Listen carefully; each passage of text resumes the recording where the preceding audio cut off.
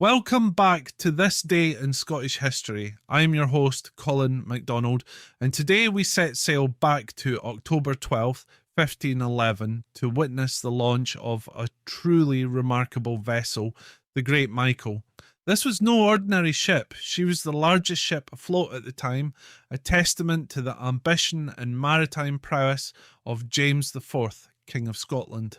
Built as part of his strategy to fortify Scotland's navy, the Great Michael symbolised the king's bold vision of establishing Scotland as a significant maritime power in Europe. The story of the Great Michael began around 1505 when James IV, realising the need for a strong naval fleet, ordered the construction of what would become a true marvel of its time. She was a carrack, one of the great ships of the Royal Scottish Navy, designed to be imposing both in size and firepower. Her construction began in 1507 under the supervision of Captain Sir Andrew Wood of Largo and Master Shipwright Jacques Terrell. The ship was launched on October 12th, 1511 at the brand new dockyard in Newhaven, just outside Edinburgh. When she was completed in early 1512, the Great Michael was an awe-inspiring sight. At 240 feet long and 35 feet wide, she displaced around 1,000 tons, making her twice the size of England's famous warship, the Mary Rose. Her massive wooden hull, built from the oak forests of Fife and beyond, was said to have walls 10 feet thick.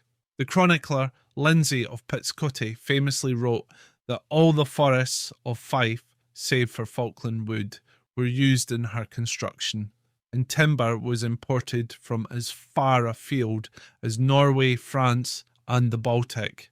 But it wasn't just her size that made the Great Michael so formidable. She was armed to the teeth.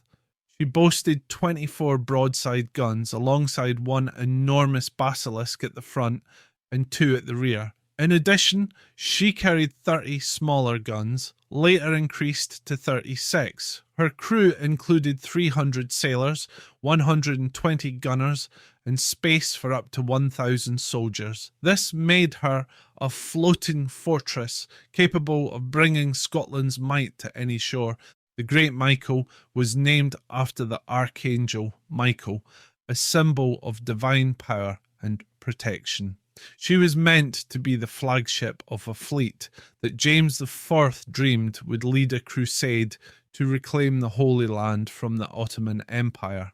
Unfortunately, this grand vision never came to fruition, but the ship was quickly put to other uses, particularly in the context of the old alliance between Scotland and France.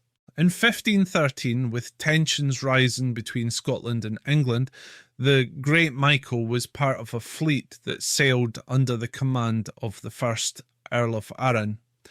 The fleet's mission was to harass English territories, though instead of targeting England directly, they ended up raiding Carrickfergus in Ireland. Although they returned with loot, the raid was a mere shadow of the ship's intended grandeur. However, maintaining such a massive warship was a heavy financial burden on the Scottish Crown, especially after the disastrous Battle of Flodden in September 1513.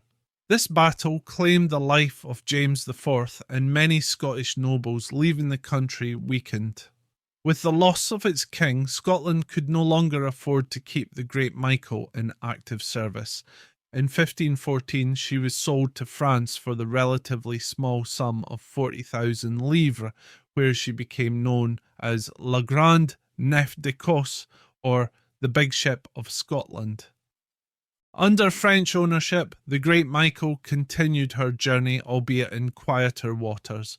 She was too large for many French ports, and for years she lay docked at Honfleur. There are accounts that she might have taken part in the French naval campaign against England, including the Battle of the Solent in 1545, where England's Mary Rose famously sank. However, most historians believe that her glory days were short-lived and she was left to rot in Brest.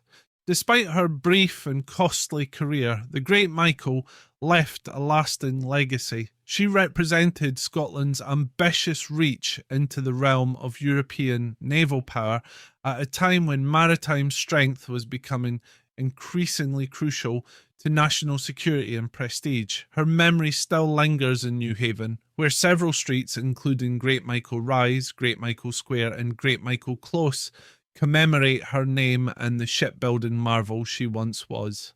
Today we can reflect on the Great Michael not just as a ship, but as a symbol of the vision and ambition of James IV's Scotland. Though her fate was tied to the political turbulence of the time, her story remains an extraordinary chapter in Scottish maritime history. Thank you for joining us on this voyage through history. Be sure to tune in tomorrow for another fascinating episode of This Day in Scottish History.